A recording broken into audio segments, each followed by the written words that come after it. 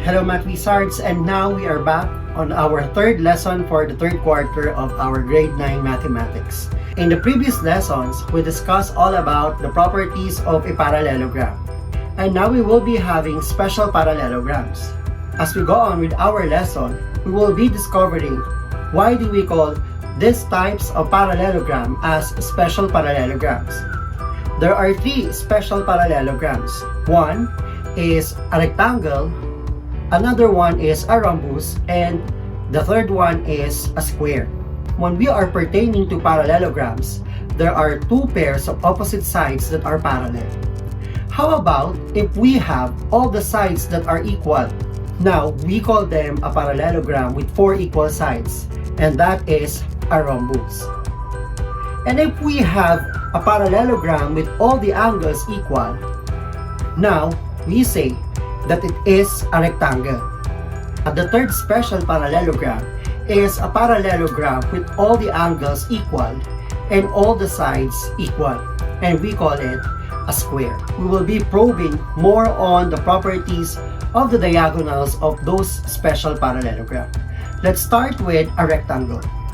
So a rectangle is a parallelogram with all the angles equal. The total measures of the angles of a quadrilateral, we will divide 360 by 4. So we will be arriving at 90 degrees. We also consider a parallelogram with all the angles equal as a parallelogram with four right angles, and that is a rectangle. Let us consider MARK is a rectangle. So by definition, angle is a parallelogram with four right angles, meaning measure of angle A, measure of angle M, measure of angle A, measure of angle R, and measure of angle K is equal to 90 degrees. We also could say, we could also determine that all the sides are perpendicular. So consecutive sides of a parallelogram of a rectangle are perpendicular to each other. How about when we are talking about the diagonals of a rectangle? Now let us prove that the diagonals of this rectangle are congruent. So we will be using two-column proof with a statement and reason.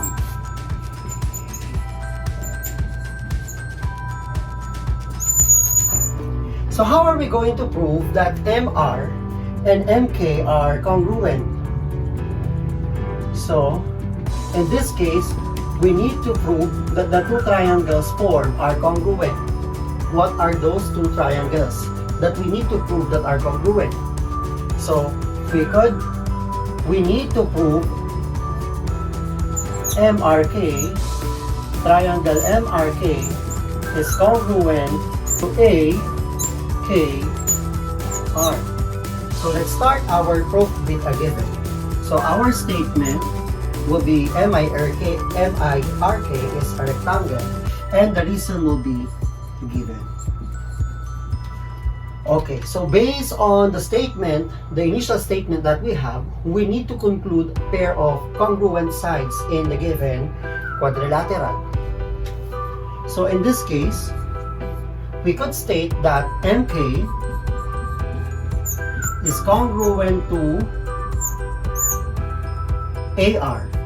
As we recall the properties of a parallelogram, we could say that MK and AR are congruent because opposite sides of a parallelogram are congruent.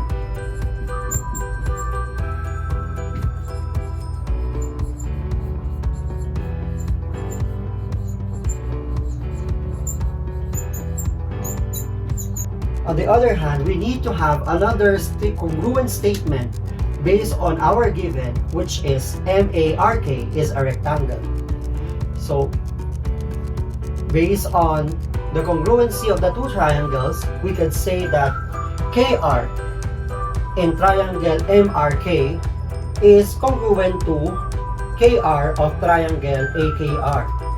So KR is congruent to KR.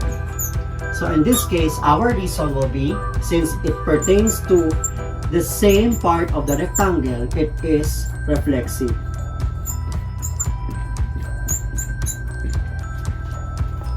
Number 4. Since we have proven that MK is congruent to AR and KR is also congruent to KR itself by reflexive property, we could say that this angle is also congruent to the other angle. So, let's have angle K is congruent to angle R.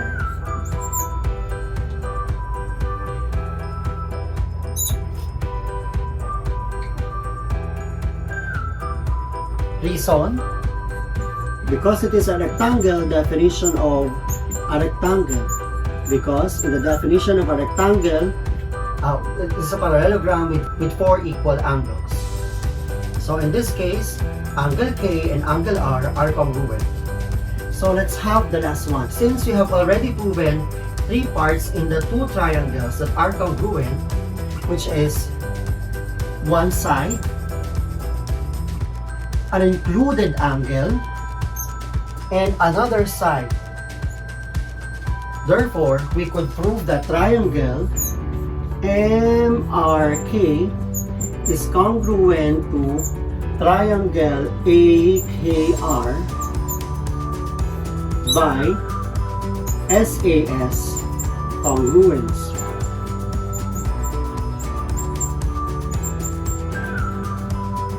Now, we could say that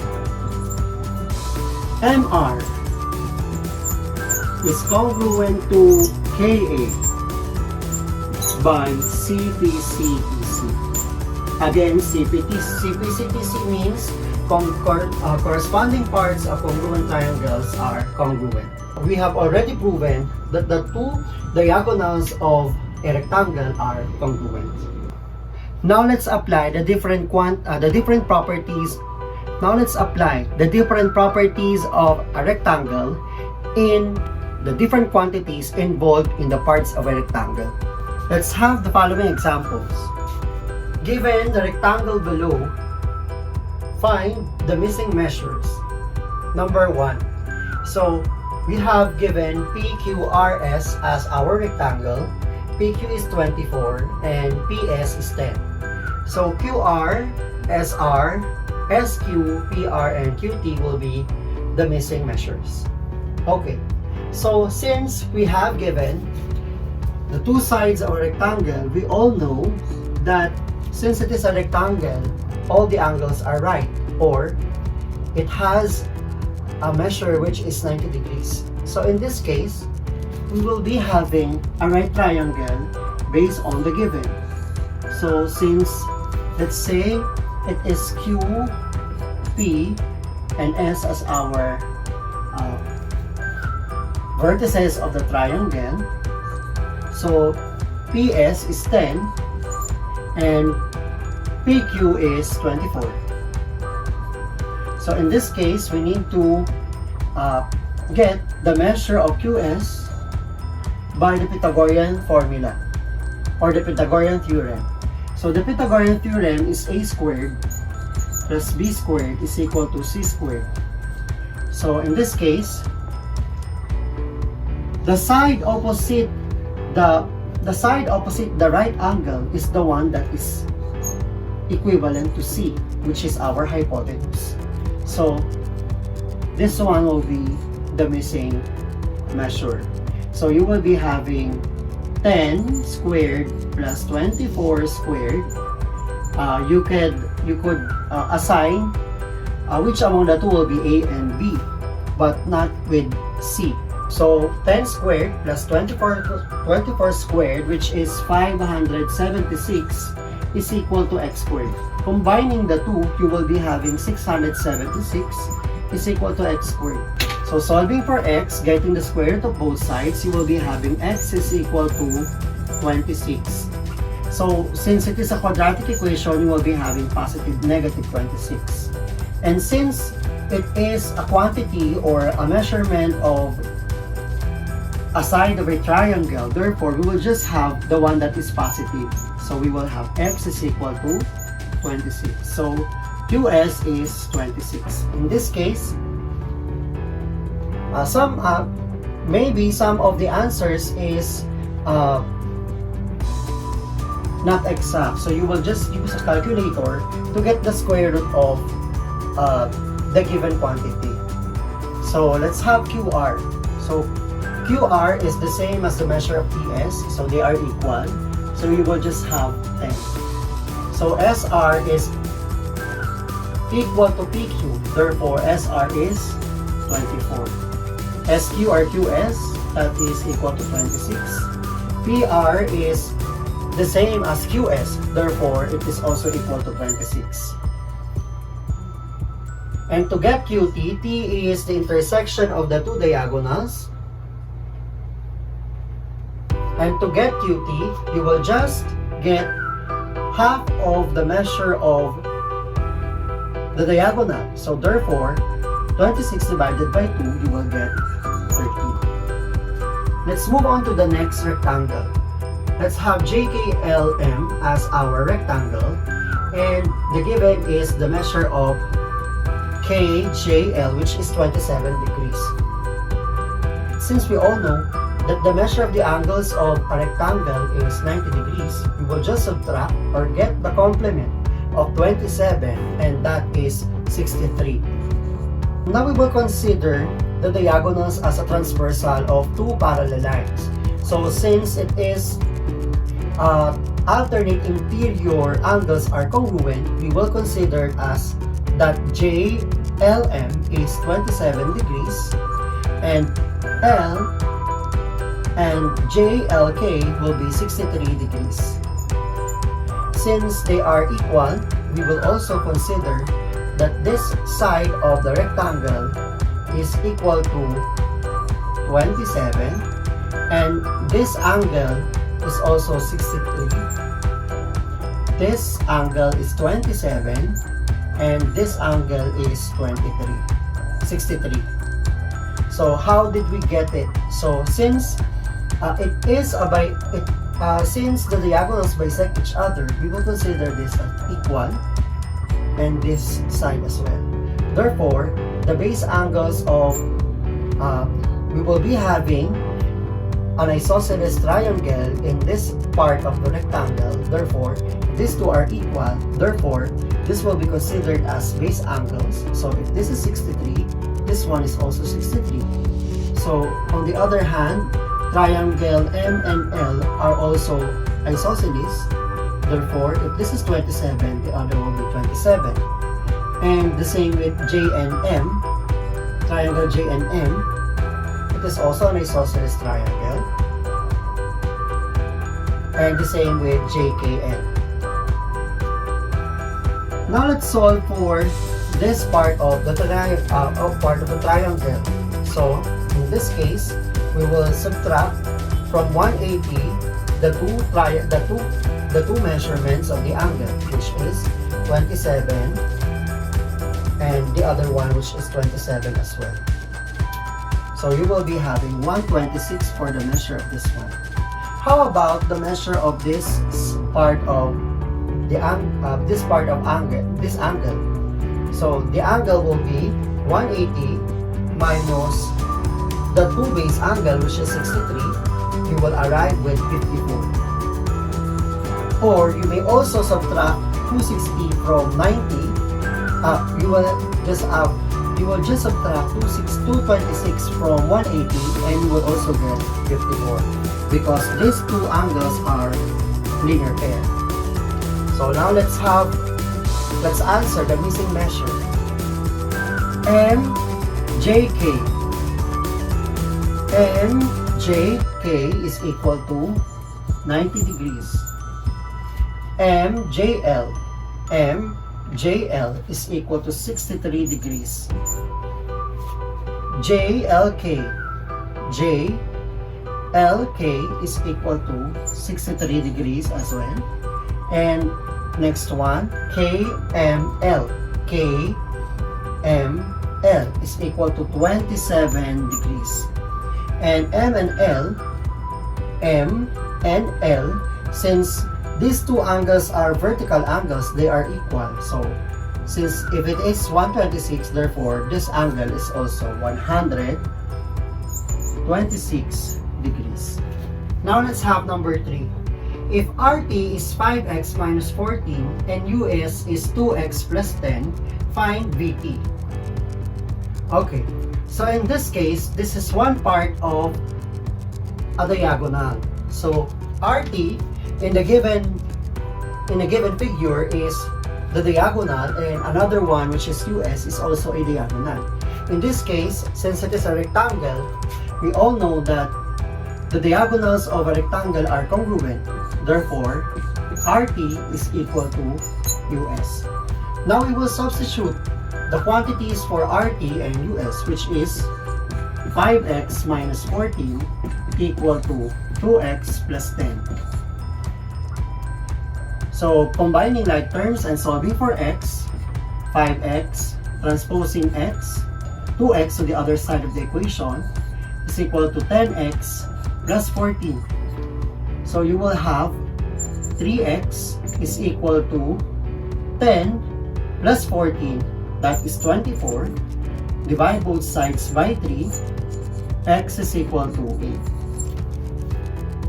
So, since we are determining the value of VT, so we will substitute 8 in RT as our quantity,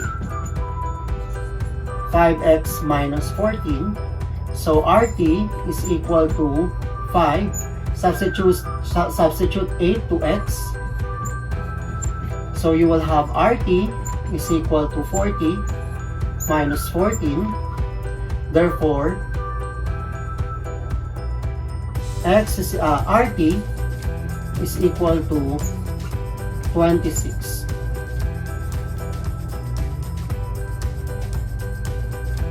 So we are having VT.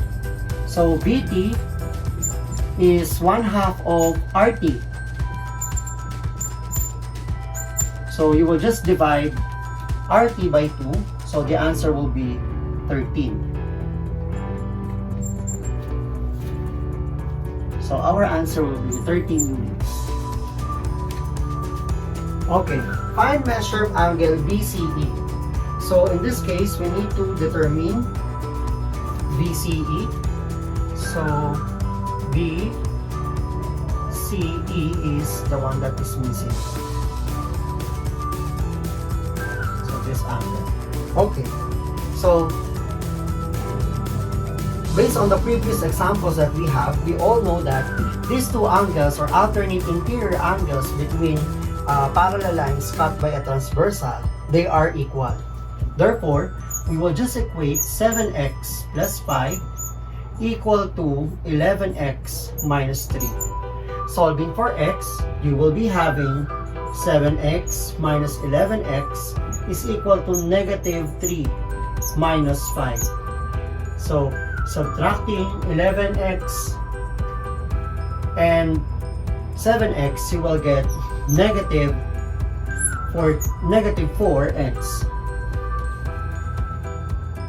Negative 4x. And that is equal to negative 8. Dividing both sides by negative 4, you will arrive at x is equal to positive 2. So 2 is our variable x. Now, we will substitute 2 to our quantity, which is 7x plus 5. So that is the measure of angle ACD. So that is 7 times 2 plus 5. That is 14 plus 5. And measure of angle ACD is 19 degrees.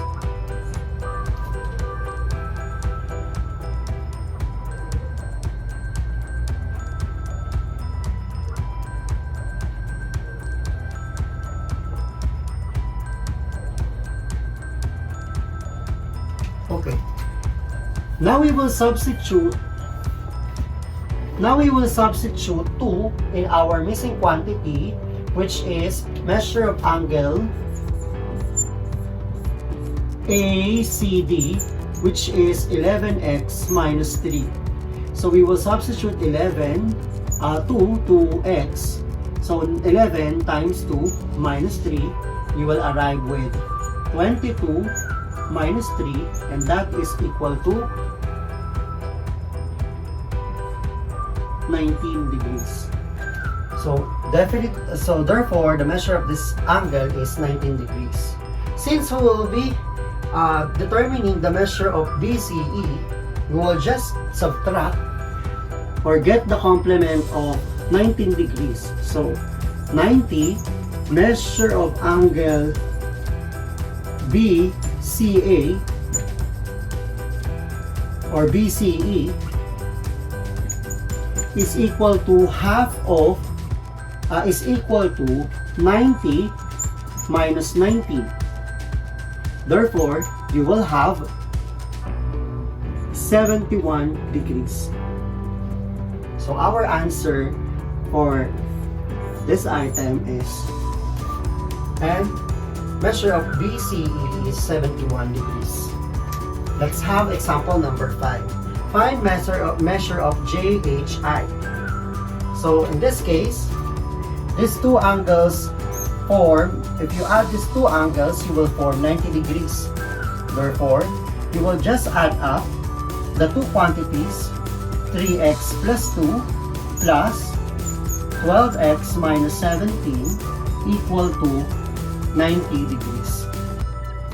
So combining like terms, you will have 15x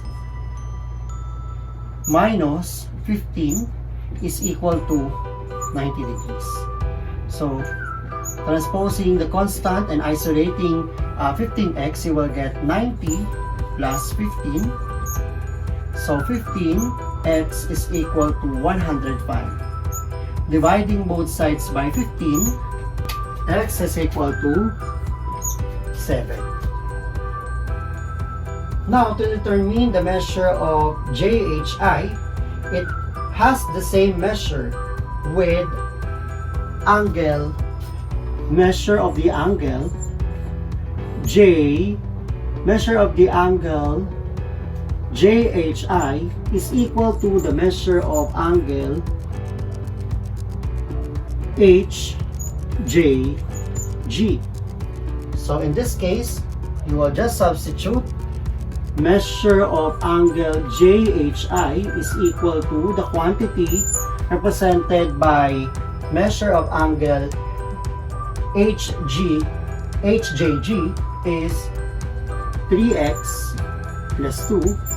So you will substitute 7 in x and plugging in 7 for x. So you will have 3 times 7 plus 2.